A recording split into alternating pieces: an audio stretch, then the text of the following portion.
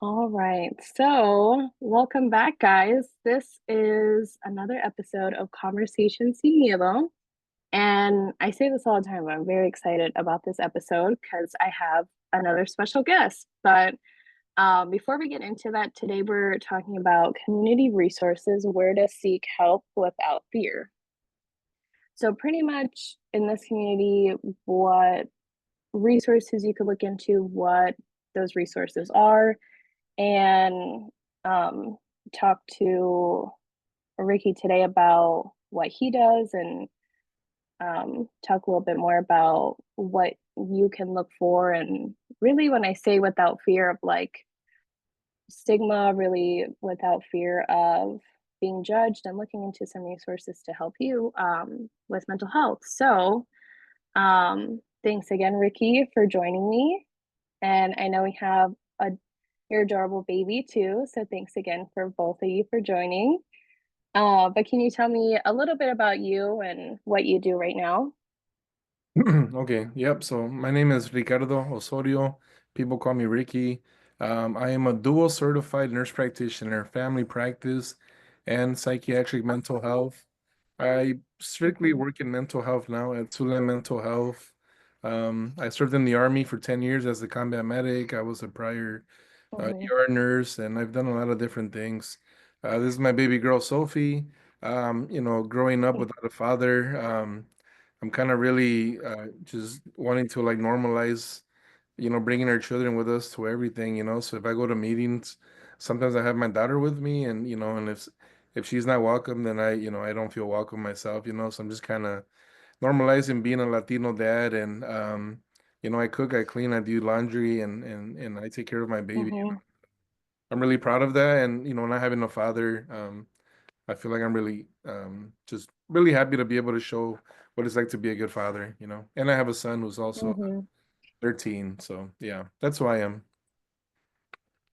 Yeah, that's totally awesome, Ricky. And I love that you brought that up. I um like 2 episodes ago, I talked with a couple close friends of mine about like machismo and the struggles of that. And I don't know if you had a chance to listen, but it was talking about that and like gender roles. And I um I think it's super important that we, you know, everyone's open to their opinion of culture and what like gender roles they want to do or change or whatever. But I think that is important, like do what you want to do and what is important to you. So that's awesome. And um I didn't know that you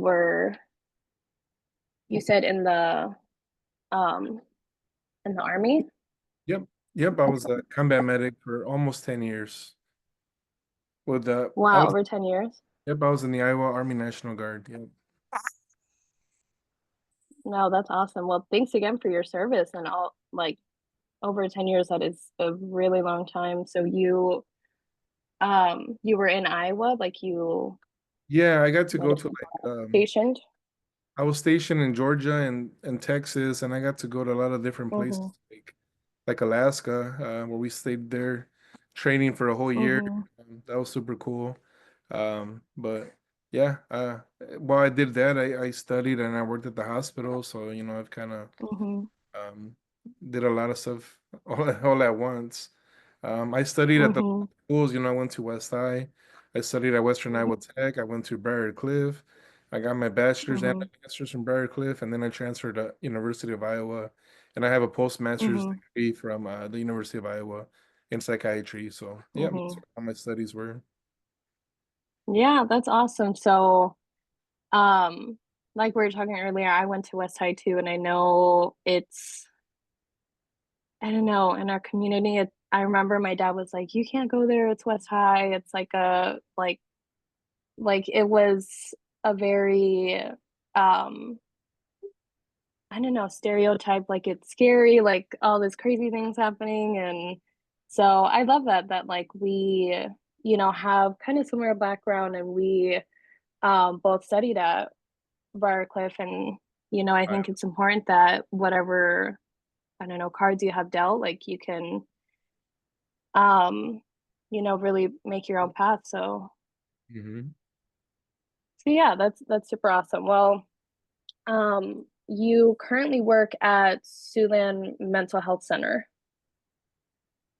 right? So I know, so my best friend works there too, and she was telling me you guys have, um, like you guys get confused with Siouxland Community Health, right?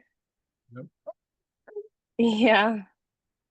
So can you tell me a little bit about, well, really, that's the clinic, that's you guys kind of, you don't really work with them, right? No, there's whole separate Right. clinic with their own behavioral health clinic. Yep. Right, right. So talking about your position now, can you tell us about your role and really what really how long you've been working in community health? Yeah, so I've been at Sule Mental Health as a psychiatric nurse practitioner for a little over 4 years now. Prior to that, I was working Mm-hmm. at Winnebago, kind of in their Mm-hmm. as a nurse practitioner there, and also at Rosecrans Jackson. And I Mm-hmm. used to be the provider at the Women and Children Shelter, where I would see a lot of the women that were there for substance abuse and then their children. So I kind of did a lot of the sick visits, like kids that were there for like sore throats, all kinds of medical conditions. I would see them. While I was doing that, I was still, getting my psychiatric degree. So then once I got my degree in psychiatry, I started working at Sule Mental Health, where I mostly we have some training in psychotherapy, but more than anything, I prescribe medication for psychiatric conditions. I diagnose, I order labs, and I order medications for all kinds of conditions like schizophrenia, bipolar disorder, Mm-hmm. ADHD, anxiety, depression, substance use disorder, Mm-hmm. all kinds of stuff. And our clientele is it's a very mixed clientele, and I really enjoy that. Mm-hmm. I would hate to work in a clinic where it was like the same thing every single day. In our clinic, we Mm-hmm. see private insurance. We see people that have no insurance. I see children 6 years of age and older. I see, um, Mm-hmm. so I could go from a child with ADHD to a geriatric patient having, some psychosis to a young lady who just had some, postpartum depression. And I really love to help the Latino community because I am bilingual, Mm-hmm. and I'm able to speak Spanish fluently to people about their, mental health conditions. I really like seeing a lot of the military people, so I'm part of the veteran care team. And then I also like to see the younger women that have like perinatal stuff. So I'm actually studying to get my perinatal mental health certification. I did schedule my exam. I won't say when, Mm-hmm. just at any additional pressure, but I will Mm-hmm. see if I pass. Will be also perinatal mental health certified, and I think I'll be the only Mm-hmm. prescriber in Siouxland that has that certification. So I'm pretty excited about being able to help more women that have problems in postpartum or during their pregnancy and Mm-hmm. continuing medication during that time. Wow, no, that's really truly amazing. You've literally done every field, every age, like literally everything. I try. I try and be able to help So, that walks into my office.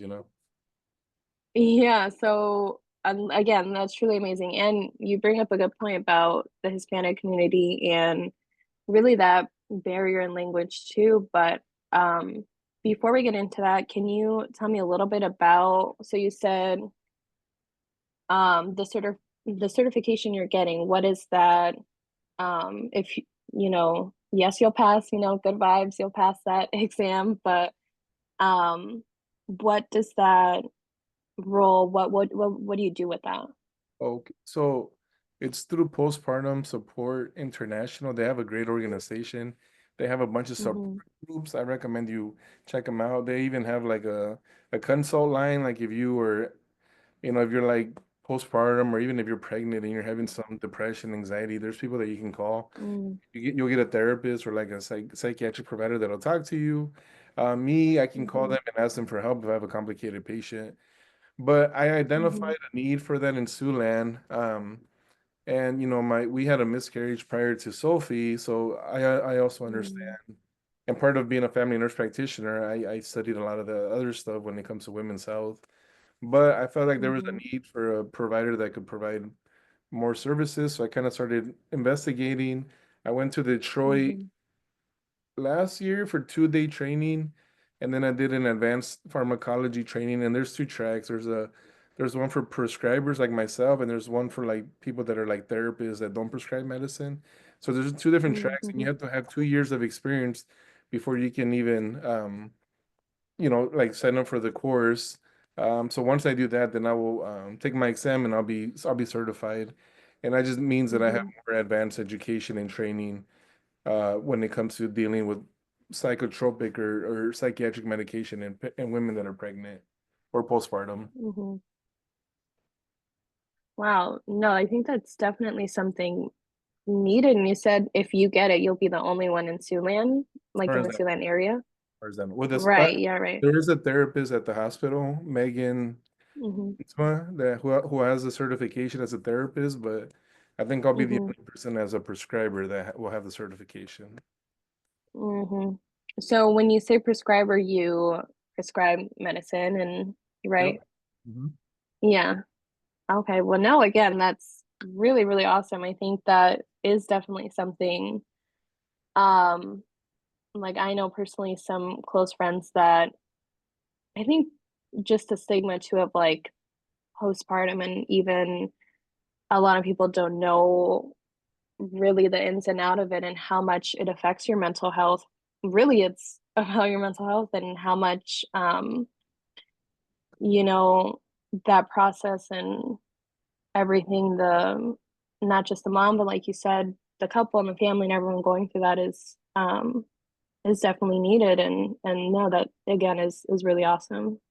Yeah, and then there's a lot of research that says that like men are equally, likely to become depressed during like miscarriages and because like we Mhm. during miscarriages, I felt pretty bad about it, but I felt like I had no room to say anything because I didn't go through the miscarriage. So I just felt like Mm.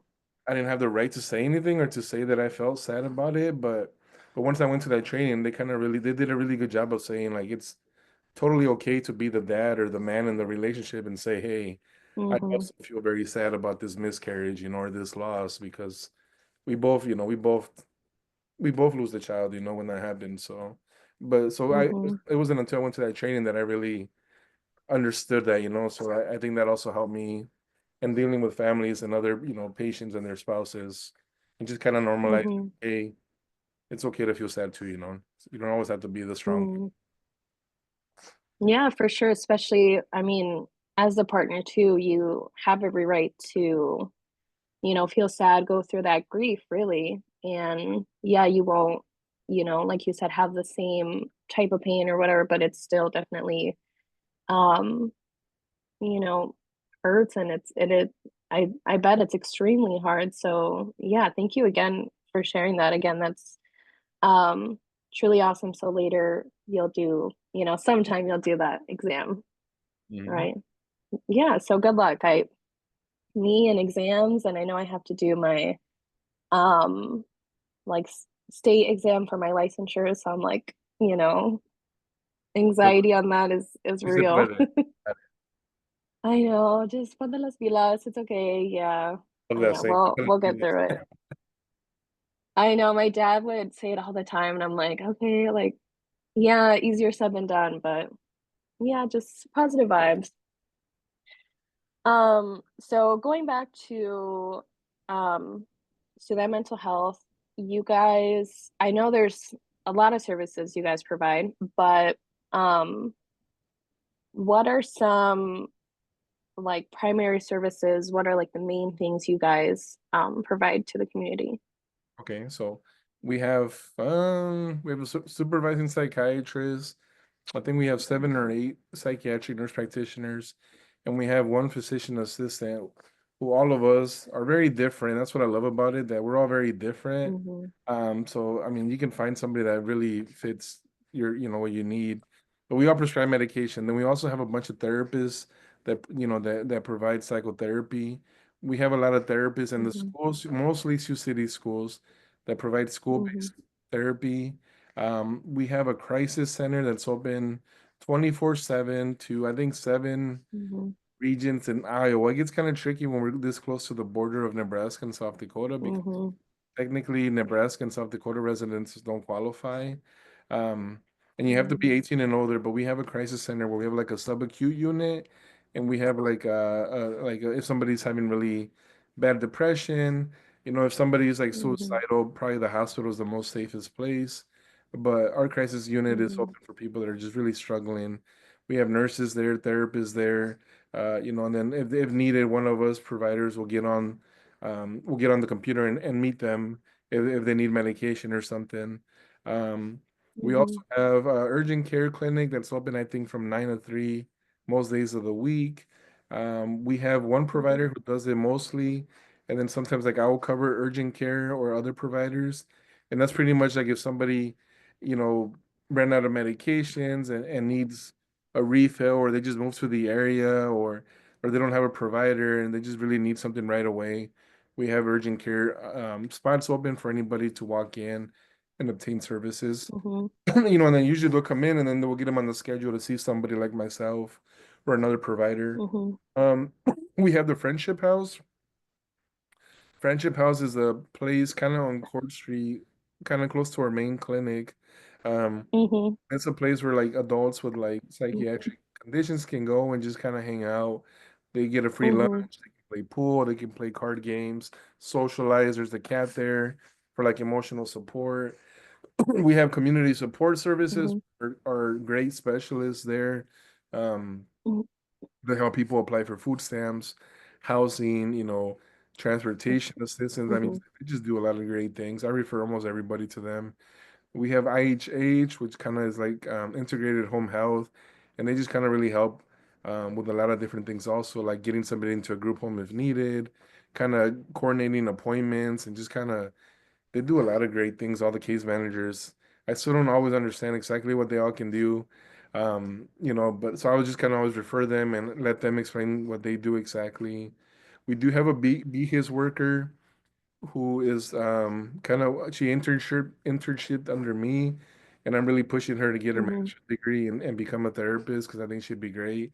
And she's also Latina and speaks Mhm. Spanish, so I'm really pushing for her to get involved in like Latino communities services that we provide around here, and then just going to school to get her therapy um, degree because I think she'd be great at that. Mhm. What else? We have a pharmacy in our clinic where sometimes we get grant money from like the federal government or other programs. And sometimes like if patients can't afford their medicines, we'll help cover the cost of medications. We have sliding scale programs. Um, we do a lot of injections in-house where patients that need injections for like antipsychotics, we will provide them there. We have a lot of court order patients that are, court ordered for services. We do lab services, like a lot of new patients, I'll get labs on them just to make sure that everything's medically okay before we prescribe meds or if we continue meds, because some of them are dangerous, Mhm. So, um, Mhm. I think that's it. There's a bunch of other stuff we do. We have a a child and adolescent clinic by the mall where we have a lot of Mhm. therapists and providers there that are specifically for children. So yeah, I mean that's off the top of my head, I think that's all we do. There's probably some stuff I'm missing, but I think it's a great organization. Yeah, for sure. Like pretty much every, like you said, every population you serve, from like kids to like the aging population, and um you have bilingual therapists there, meds, like really a lot in the crisis center. So pretty much every building is around the Sioux City area. And then your main clinic is on Court Street, right? Yeah. And then I guess I should Hmm. specify too that I see all the boys that are in juvenile detention. So all the boys that are in Hmm. juvenile detention, I will see them if they need like medications. And then my counterpart, Hmm. JD, she will see all the girls that are in JD. And then I also see a bunch of kids in a group home in Storm Lake via telehealth typically. I used to go there in person, but Hmm. then that contract changed. So I see them via telehealth. Hmm. And then so we have contracts with different groups too where we do that kind of stuff also. hmm so you kind of work in So I know you have different locations, but where do you primarily work? Like, what's your location? Well, I was at the child and adolescent clinic 1 day a week, but Mm, based on the people that I see, a lot of them live more in the downtown area, which is like your lower socioeconomic population. Not mm, always, but so it just was mm-hmm, better for me to stay at the main clinic. And because I see a lot of mm-hmm, corporate patients, it's just easier for me if they need their injections or mm-hmm, the pharmacy's there. So I'm there every day, except Wednesdays. I don't work on Wednesdays. I get every Wednesday off, so it's kind of nice. mm-hmm. Yeah. Okay, awesome. So pretty much all the different offices in the area, they have their own, like the crisis center, kind of specifically what they focus on. And then, yeah, I know that child advocacy center, was it? Or the child Child and adolescent. office, Yep. adolescent, right, right. So that one's kind of closer to the mall. I've seen they was like recently built or We have recently like a play therapy open. room, and we have like an art room and a music room Mm-hmm. and stuff. Yep. Awesome, awesome. So I work at Heartland in South Sioux City, and I am a school-based therapist. So I go to the elementary school, so I work pretty much with kindergarten through fifth grade, and that's really my um. So I go to, I kind of alternate my days throughout the week with the elementary schools, but that's where I am. But really, with student mental health, they have different really it's huge. It's a lot of services, a lot of different therapy, a lot of different services you guys offer. So Yeah. that's really great. Again, of I know it is hard that even with us, we are, literally across the bridge in Nebraska though. So I know it's like all the insurance and it I don't know And why it's so complicated. I'm licensed in Nebraska too, so I see a lot of people from Nebraska. Mhm. Oh, that's awesome. I'm only licensed in Nebraska, so not Iowa, but hoping, later again with my um test anxiety, I'll do that later, But no, again, that is really great. So much really from school based to the crisis center, different offices really. And then I know you guys have an office in South Sioux too. Oh, So yeah, I forget about that. We just opened up an office in South Sioux. Yeah. right, right. So yeah, a lot of different services, a lot of different like populations you guys serve too. What do you think are the biggest barriers people face when trying to access these like mental health resources in our community? Yeah. So that's a hard one. So like honestly, Latinos have been Yeah. the hardest population to get them to continue taking their meds or get them to start taking meds. Mm, And a lot of times, I ask people like, oh, if your pancreas was not working properly, would you take medication for that, like in diabetes? mm-hmm, They're like, oh, yeah, yeah, yeah. Okay, so then like, if your heart was, having problems and you had high blood pressure or an irregular heart rhythm, would you take medication for that? Yeah, yeah, yeah. Well, then if your brain is not working properly and you're having depression and anxiety, would you take medication for that? And then they're like, oh, and usually they're mm-hmm. like, I know they want to say yeah, but then, because they it just people think it's different, and people will take medicine Yeah. for everything else, but then when it comes to the most important part of our body, which is the brain, I think, in my opinion, because without our Mm-hmm. brain, nothing else really works. And people Right. were just hesitant to take medication, and I try my best to explain things and side effects, but then sometimes when I explain Mm-hmm. side effects, it scares people, and then they don't want to do the medication because I told them that they might gain a little Mm-hmm. bit of weight, and so it's Mm-hmm. kind of like it's like a slippery slope, and I've been really working Right. on getting people to do what I want them to do without me telling them, right? So like really Mm-hmm. working on like motivational interviewing and like really working on convincing people that this is the best thing for them without me saying it to them because it Mm-hmm. doesn't matter what I tell people. If you yourself don't want to do something, you're not gonna do it. So I've been working on convincing people that this is good for them so that they're more likely to do it and stay on the medication. until a remission of symptoms or Mhm. when symptoms are no longer occurring, and then we can safely get Right. on medication, you know. But people, unfortunately, I think a lot of people want a pill that'll fix everything right now, and and think Mm. it doesn't work that way, you know. But there are a lot of great people that do, take their medication. And I always preach Mhm. therapy is good, medicine is good, together more effective, but if you're doing one or the other, I'm Mhm. okay with it. So like if you don't want to take medication, then at least please go to therapy, because therapy is Mhm. so good also, and they can do the same thing as medication. So but I think doing both is the best thing, right? Going to psychotherapy and taking a medication for the appropriate Mhm. condition, of course.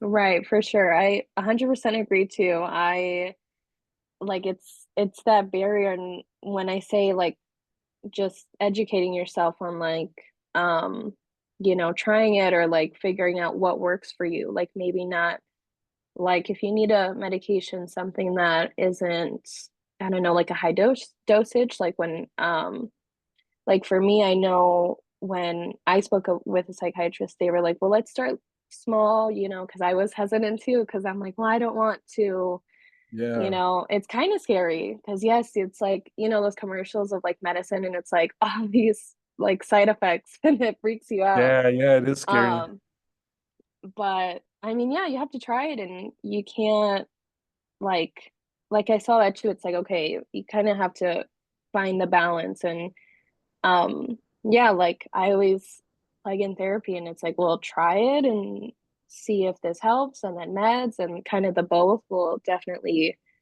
you know, um, kind of work better together, really. So, yeah, I think it is hard with, again, that um, kind of that fear too, but also um, that barrier of just the stigma behind mental health. I think that's just the huge thing too of, well, I could do it myself or I don't want help or I don't believe in that, things like that, that you're right, it's your brain. It's literally um your um everything that you do comes from your brain. And it's super important to take care of it. Just like if you broke a leg, it's like, oh, walk it off. You broke your leg. You gotta, I don't know, go to the doctor, get a cast, whatever. So yeah, I think it's especially important, and I could go on and on, but yeah, definitely, I 100% agree that it is um, something you have to try, and what works for something might not work for you. What works for you, might not work for someone else. But figuring out um, really that balance will definitely help in whatever your goal is, what you're looking for, and yeah. And So. there's a lot of fears too of like, oh, I'm gonna get addicted to it or I'm gonna get dependent on it. Mm, I try and do a good job of explaining the difference between addiction to a drug versus, becoming, dependent on a medication and what that means depending on the yeah. medication, and that, yeah, it's a complicated process. And there's still that whole Mhm. machismo, in our community. And I really try and kind of break that because like I grew up with a mom, I became a nurse, like I used to get teased a lot for it, but hey, we do a good job, and I feel like I'm a great father because of it, and I'm a great husband Mhm. because of it, and I feel like I'm all around better person because of my lack of machismo. And it's okay to be that, but Mm. sometimes, it's 2025, you gotta get past that and kind of Mhm. you can still be a strong Mexican man and cry, and I Mhm. encourage everybody to cry in my office, and I think crying is good, and I tell my son to cry, and I Mhm. cry all the time, and there's nothing wrong with it. Mhm. Absolutely. Again, I'm so glad you're a guest on my episode because I think that um is very true. It ties in with everything. And we grew up, and a lot of people did grow up of, you have to be tough, tough it out. Don't ask for help because you're seen as weak and you're, seen as you can't do it. But it's um it's like, why are we so hard on ourselves? Why are we so like it's kind of hard working with my littles that, explaining to like someone in kindergarten or second grade, like, well, would you be mean to a friend or tell them, they can't do it, so why are you, mean to yourself? And so it's kind of like that. You have to, break it down. So, um, so I think we kind of went through everything, but I was just gonna ask, what do you feel um, like what advice would you give to someone hesitant to seek help due to this cultural stigma, or really just anyone kind of hesitant? Like what advice would you give to them? Um, that's a good question. There's a thing that I always tell my patients, and it says, 7 times down, 8 times up, right? So like no matter how many times we fail, or no matter how many times we struggle or go down the wrong path, you just have to get up that one Mhm. extra time, you know? So if you had so many depressive episodes and you feel hopeless and you feel like you've had all these bad relationships that all go bad, just not to lose hope and just stand up again, So doesn't matter how many times Mhm. we fail, how many times we fall down, you just got to stand up one extra time and keep fighting. Mhm. And we have a lot of great services in town. I wish we had a Spanish speaking therapist in our clinic because, a lot of people just come and talk to me because they can speak to me in their language, but I'm not. Mhm. I focus more on medication, right? Like I'm not really Right. got a lot of supportive therapy, but they need a psychotherapist, and I wish we had more in this area. Mhm. We have a couple, but I wish we had one in our clinic. And Mhm. obviously, when you use translation services and uh, you know, phone lines or iPads, like Mhm. so much is lost in translation, and it's so hard for me to talk to you and be like, "Oh, can you tell her that I feel so depressed because of this?" Like you just lose Mhm. person to person connection, and it just is not as therapeutic. Right. I think one of the questions that you didn't ask me, but it was on the questions you forwarded me, was how did I get into this? Mhm. When I was still in the army, Mhm. I was part of what's called the honor guard, and we did a lot of funerals for military members, and a lot of them were like older gentlemen, older service members that died from natural Mhm. causes, but there's also a bunch of suicides, and that's kind of when I started Mhm. thinking like, whoa, like there's a lot of young people, killing themselves, and like why is this happening, and like, and you'd see the Mhm. families and how much hurt they had, and I started thinking about it, and then working in the hospital, seeing all these Latinos and just all these other patients that would Mhm. struggle. And I would tell them, go see your psychiatrist, go see your psychiatric provider, go see your mental health provider. And they're like, well, I can't speak to them in my language, or I can't get in for 2 months. Mhm. They don't listen, and I was like, God, somebody needs to do something about this. And I guess eventually Mhm. I got tired of saying somebody needs to do something, and I found myself signing up for school again, and here I am, and I feel like some days are really hard, but man, Mhm.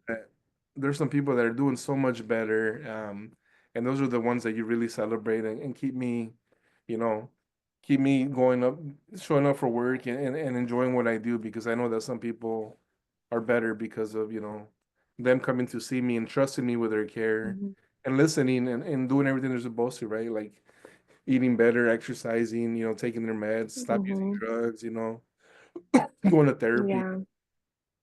Yeah. Sorry, that's a long answer to your question. So, No, I appreciate it. And yes, thank you for reminding me. That was what I was gonna say too. Like um you have so many different things that inspire you. And again, like you said, it's kind of hard, and especially right now and everything going on of like you um sometimes it's like, okay, who's going to stand up, who's going to do the change, and sometimes it has to be you. Sometimes you have to um like going back to school, and it is hard, and tests and studying and everything. So yeah, there are times where it is tough, and I mean, I've only been doing this a couple years, but yeah, there are those moments where like the good outweigh the bad kind of, and you think about like, yeah, there's tough times and there's balance. kind Yeah. of with everything. Yeah, you have to find the balance of like, yeah, there's going to be,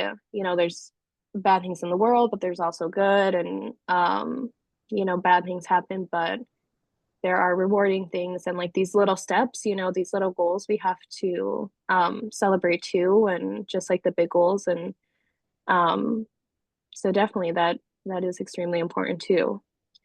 Um but I think that kind of ties it all together. I mean, I hope in the future if you want to come on another episode, I'd appreciate it. But I really enjoyed our conversation today, and we talked about what your role is, the services you provide, and the agency you work for, and some community resources, and just some different things of someone that if someone's hesitant to seek services, to kind of remember that, like um, what might work for someone might not work for you, but finding that balance, figuring, kind of educating yourself on what, like if you need help, what that looks like.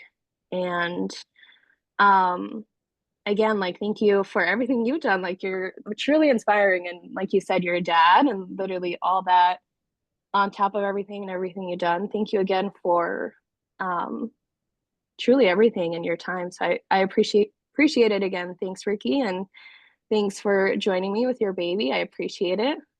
Thank you so much for having us. Yes, thanks again. Well, our next episode we will um have another guest, and like I said, there's a lot going on right now.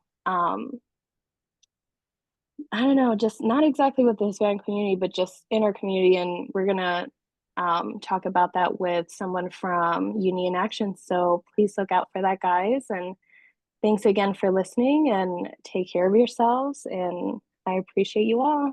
Thanks again.